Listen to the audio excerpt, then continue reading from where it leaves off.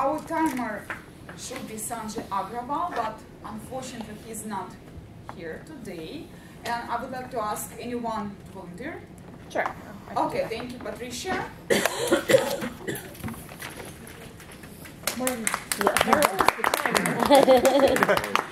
Will be to track the timing of each of the speeches.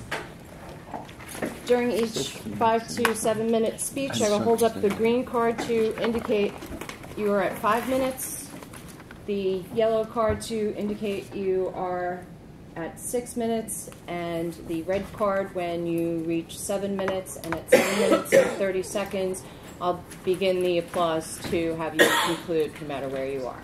Thank you. Today we have 3 speakers, and our first speaker is our new inducted member, Stefan Rubin.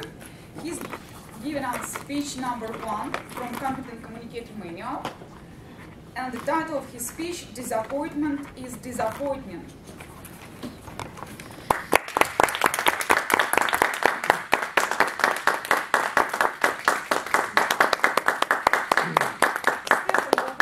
Disappointment is disappointment.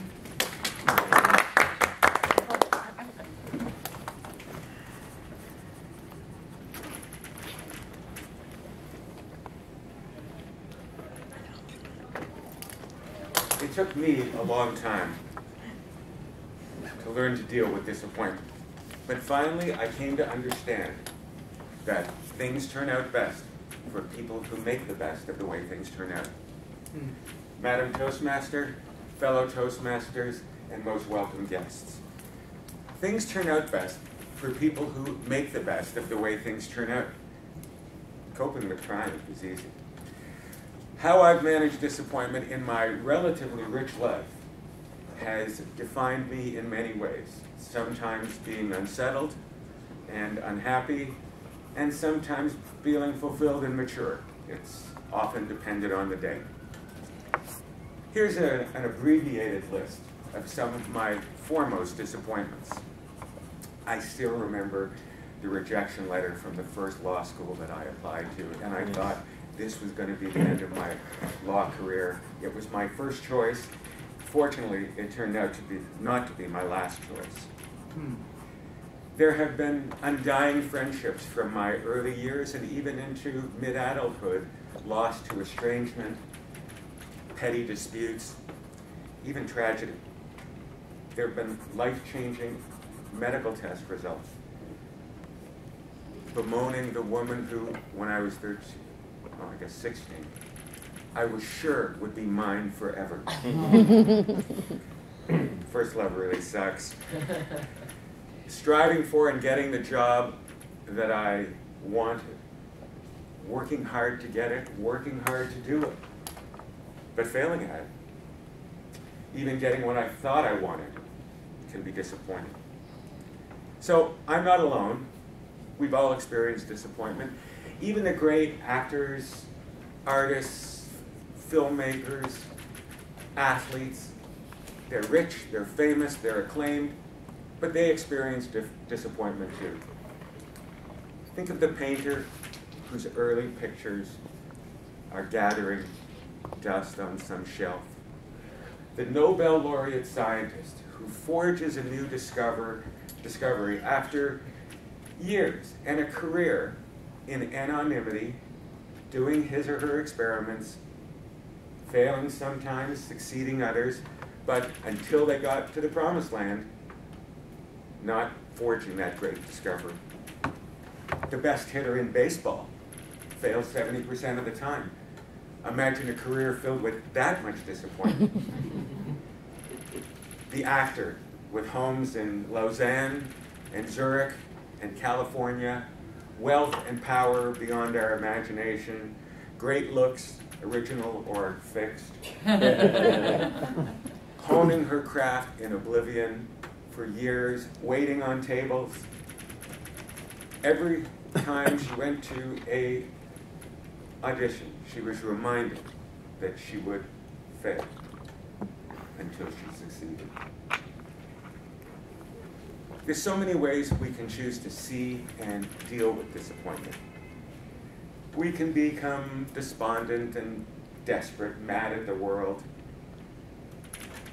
Who doesn't know people like that? I can be people like that. We can choose to expect nothing, to avoid disappointment, grasp for that which we can only easily reach. We can do that. We can hope that the magic of time, like fairy dust, will fall down and help us heal the wounds of disappointment as a substitute for insight. But most troubling of all, we can deny we're disappointed, and we can pretend we're okay. We're tough. Nothing bothers us. We're through it. It's behind us. I have witnessed such false bravado, leading to the tragic loss of a dear friend. On the other hand, it's good to know that most times, things could be worse. I'm resourceful. I'm a Homo sapien. And yet, I still wish I'd understand more often and much earlier that things turn out best for people who make the best of the way things turn out. I don't know how many of you watch Professor Randy Pasha's last lecture. Tens of millions did on the internet. And he reminded me of a very valuable lesson. Brick walls are there for a reason. Brick walls aren't there to keep us out. Brick walls are there to remind us how badly we want something, how much failure and disappointment we're prepared to accept and endure. Brick walls are there to keep others out. Several years ago, one of those aforementioned insignificant medical tests provided me with a very challenging and difficult result. After the fear and the anger, I leaned towards my egocentric, narcissistic self to crawl into myself and feel a great sense of self-pity. But this time I said no. This time it was going to be different. This time I was going to be mindful and positive.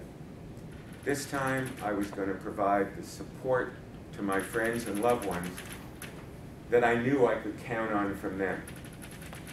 I made the best of it, and it helped a lot. That said, I have not mastered disappointment. Whenever I receive a job rejection letter, I secretly put a curse on its author and their family. So I'm not completely mature on this issue. We cannot change the cards we're dealt, only how we play the hand. I've heard you over the months, and I expect that you will do better. You're smart. You're impressive. I suspect that you will learn and understand and remind yourself throughout your lives that things turn out best for people who make the best of the way things turn out. Yes. Yeah.